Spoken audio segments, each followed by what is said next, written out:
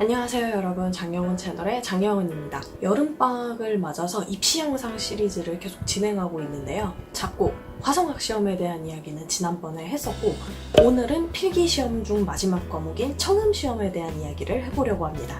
우선 청음시험을 준비할 때 이런 걱정을 하는 분들이 계세요. 저는 절대음감이 아니어서 청음시험을 준비하는데 자신감이 없어요 라고 걱정하고 계신 분들, 상대음감이신 분들도 충분히 청음시험을 잘 볼 수 있습니다. 절대음감이 아니어도 두려워하지 마세요. 청음시험은 음만 받아 적는 것이 아니라 음 길이, 즉 박자까지도 다 받아 적어야 하는 시험이기 때문에 절대음감인 분들도 마냥 맘 편히 볼 수 있는 시험이 아닙니다. 또한 청음시험은 시작하기 전에 스케일을 미리 들려주고 보는 시험이기 때문에 상대음감이신 분들도 충분히 잘 풀 수 있습니다. 물론 절대음감이신 분들이 조금 더 유리할 수는 있긴 하지만, 그렇다고 해서 상대음감이신 분들이 두려워할 필요는 전혀 없습니다. 여러분 자신감을 가지세요. 하지만 그럼에도 이런 분들이 계십니다. 계속되는 훈련으로도 실력이 잘 늘지 않는 분이나 자신감이 많이 없어서 어떻게든 청음시험을 피하고 싶은 분들, 학교마다 다릅니다만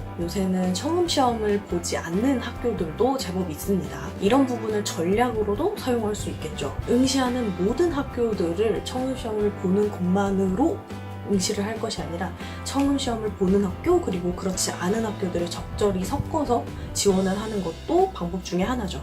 혹은 아예 청음시험을 배제하고 보지 않는 학교들로만 지원을 하는 것도 가능합니다. 선택은 본인의 몫이지만 이러한 전략도 사용할 수가 있다는 거죠. 또한 청음시험을 준비하실 때는 응시하려는 학교의 기출문제를 풀어보는 것도 매우 중요합니다. 학교마다 몇 성부의 청음시험을 보는지도 다르기 때문에 이 부분도 꼭 체크해 보시기 바랍니다. 학교마다 문제의 특징, 그리고 성향, 이런 것들이 다 다르기 때문에 본인이 지원하려고 하는 학교의 기출문제를 미리 풀어서 그러한 특징이나 성향을 미리 파악해 두시는 게 좋습니다. 응시하려는 학교를 이미 정하셨다면 기출문제를 통해서 맞춤 훈련을 할 수가 있는 거죠. 청음시험 문제는 대체 어디서 구해서 푸나요? 라고 물어보시는 분들도 계신데, 시중에는 청음책들이 나옵니다.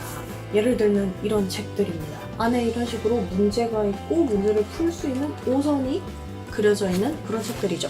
안에 음원 CD가 다 동봉이 되어 있기 때문에 음원 걱정도 할 필요가 없습니다. 그 외에 인터넷으로 문제를 풀 수 있는 루트로는 이어트레이닝이라는 사이트가 있습니다. 제가 이전 영상들에서도 몇 번 언급을 한 적이 있는 사이트인데요. 이어트레이닝은 예전부터 입시생들이 많이들 이용하고 있는 청음훈련 사이트입니다. 참고로 이 사이트는 유료입니다. 유료 사이트이긴 하지만 문제가 충분히 여러 개가 있기 때문에 결제를 해서 이용해 보시는 것도 저는 추천해 드립니다. 꼭 결제를 해서 이 사이트를 이용하지 않으시더라도 이 사이트에는 시험을 이미 봐본 학생들이 기출문제 같은 것들을 많이 올려줍니다. 청음 문제들 뿐만이 아니고요. 그 작곡 모티브 같은 기출문제들도 많이 올라와 있으니까 꼭 청음 훈련을 위해서가 아니더라도 다른 것들을 위해서 이 사이트를 가입을 해두신다면 유용할 만한 사이트 중 하나입니다. 청음 훈련은 무엇보다도 꾸준히 훈련하시는 게 중요합니다.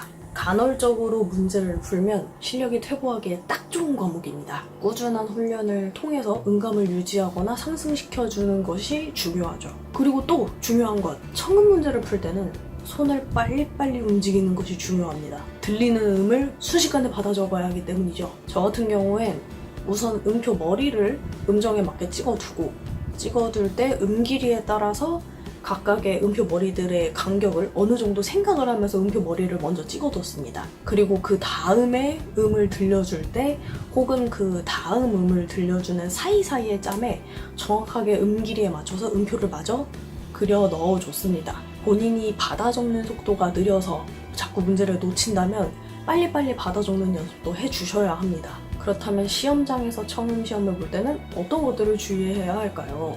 이 부분은 아까 말한 부분과 이어지는 부분일 수 있는데요. 청음 문제를 풀 때는 음표를 작곡 시험 볼 때처럼 예쁘게 그릴 필요가 전혀 없습니다. 혹시나 정말 그런 작곡 시험 볼 때처럼 예쁘게 그리느라고 빨리빨리 못 받아 적고 있는 분들이 계신다면 그럴 필요 전혀 없습니다. 그렇게 안 해도 되니까 적당히만 그려주세요. 청음 문제를 풀 때는 예쁘게 그릴 필요는 없지만 음표 머리가 오선에 애매하게 걸려 있으면 안 됩니다. 줄에 걸려야 하는 음은 정확하게 줄에 걸어주시고 칸에 걸려 있어야 하는 음은 정확하게 칸에 걸어서 그려주십시오. 그리고 아무리 대충 그리더라도 점음표들의 점이 너무 희미해서 이게 점을 찍은 건지 만 건지 못 알아볼 정도로 찍으시면 안 됩니다. 점을 찍을 거라면 잘 보이게 정확하게 찍어주시고 아닌 거라면 오해의 소지가 없도록 잘 지워서 제출해 주시기 바랍니다. 그리고 청음 시험을 보다 보면 이런 일이 발생할 수도 있습니다. 청음 시험은 미리 만들어둔 음원을 틀어주는 경우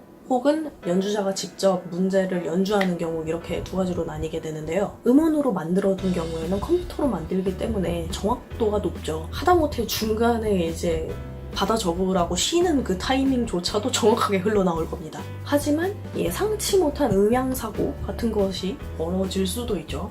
스피커의 문제라던가 이런 것들 때문에 웬만하면 없겠지만 말입니다. 뭐 있을 수도 있다는 얘기예요.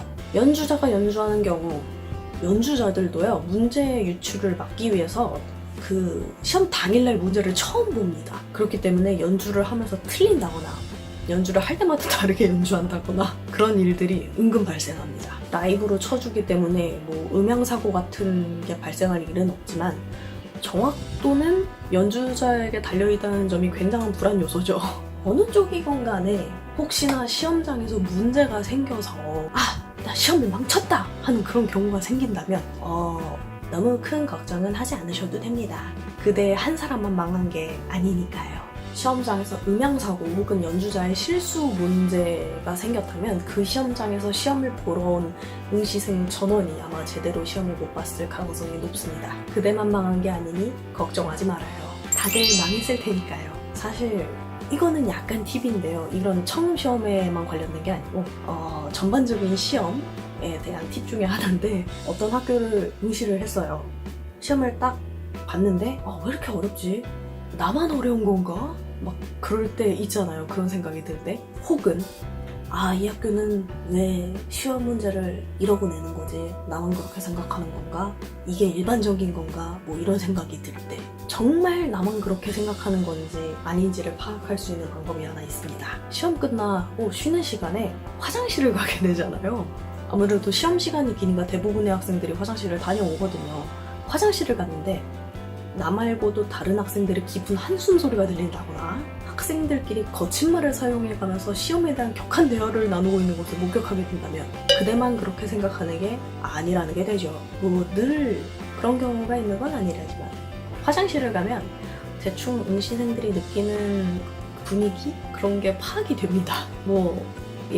일종의 깨알 정보였습니다. 여전히 날씨가 무덥죠. 저는 이 무더운 날씨 와중에도 목감기에 걸렸답니다. 겨우겨우 회복을 해서 영상을 찍고 있어요. 여름 감기는 정말 지옥입니다, 여러분. 걸리지 마세요. 날씨가 이렇게 더울 때는 저처럼 냉방병도 걸리기 쉽고 체력도 약해지는 시기이기 때문에 여러분도 건강에 꼭 유의하시면서 입시 준비 잘 하시길 바랄게요. 그럼 저는 다음 영상으로 돌아올게요. 안녕.